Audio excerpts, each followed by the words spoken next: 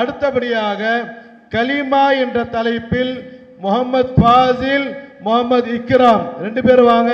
குட்டி பிள்ளைங்க முடியாங்க டக்குன்னு. மாஷா அல்லாஹ். அப்படியா அப்படியா அப்படியா அப்படியா அப்படிதான் வரணும். வாங்க இக்ராம் முடியாங்க.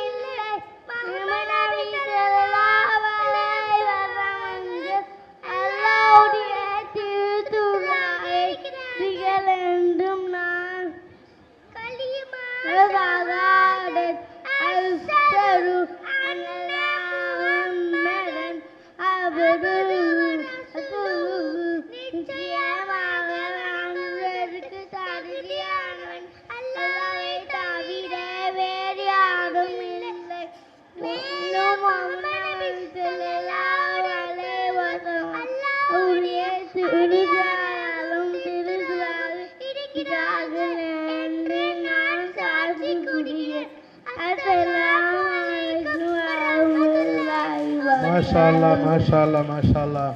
ஒரு அருமையான பாருங்க, அந்த சின்ன புள்ள வாயில இன்னும் மழலை பேச்சு கூட மாறாம இருக்குது. அந்த மழலை பேச்சோட அந்த குழந்தைங்க கலிமா தையீபா கலிமா ஷஹாதத் சொல்றது மட்டும் இல்லாம அதனுடைய பொருளையும் சேர்த்து சொல்றாங்க. இதனுடைய விளக்கம் என்ன, இதனுடைய பொருள் என்ன என்பதை சேர்த்து சொல்லுகிறாங்க பாருங்க. அந்த குழந்தையுடைய அந்த மனதிலே ஆழமா பதிஞ்சிச்சு. நீங்க எதை நல்ல விஷயத்தை கொடுக்குறீங்களோ அதுதான் திரும்ப வரும். எந்த கெட்ட விஷயத்தை கொடுக்குறீங்களோ அதுதான் உங்களுக்கு திரும்ப கிடைக்கும். எனவே நம்முடைய சின்ன பிள்ளைங்களுடைய மனசுல நல்ல விஷயத்தை கொடுங்க, குர்ஆனை கொடுங்க, ஹதீஸை கொடுங்க. நாளைக்கு அந்த குர்ஆன் அந்த ஹதீஸ் அது பார்த்துக்கும் அந்த வேலையை. நீங்க எதை செய்ய தேவையில்லை. என்ன செய்யும்? அது குர்ஆனும் ஹதீஸும் அந்த பிள்ளைய கொண்டு போயிடும், நேரான வழியில கொண்டு போயிடும். நீங்க அதை மட்டும் கொடுக்க தவறுனீங்கன்னா எல்லா ஷைத்தான் வேலையும் உள்ள வந்துடும். ஊர்ல என் புள்ள இப்படி ஆகி போச்சு இப்படி ஆகி போச்சு. ஆமா, அந்த புள்ள கெட்டு போறதுக்கு காரணம் நீதானே கெட்டு குட்டி சார் ஆக்கன.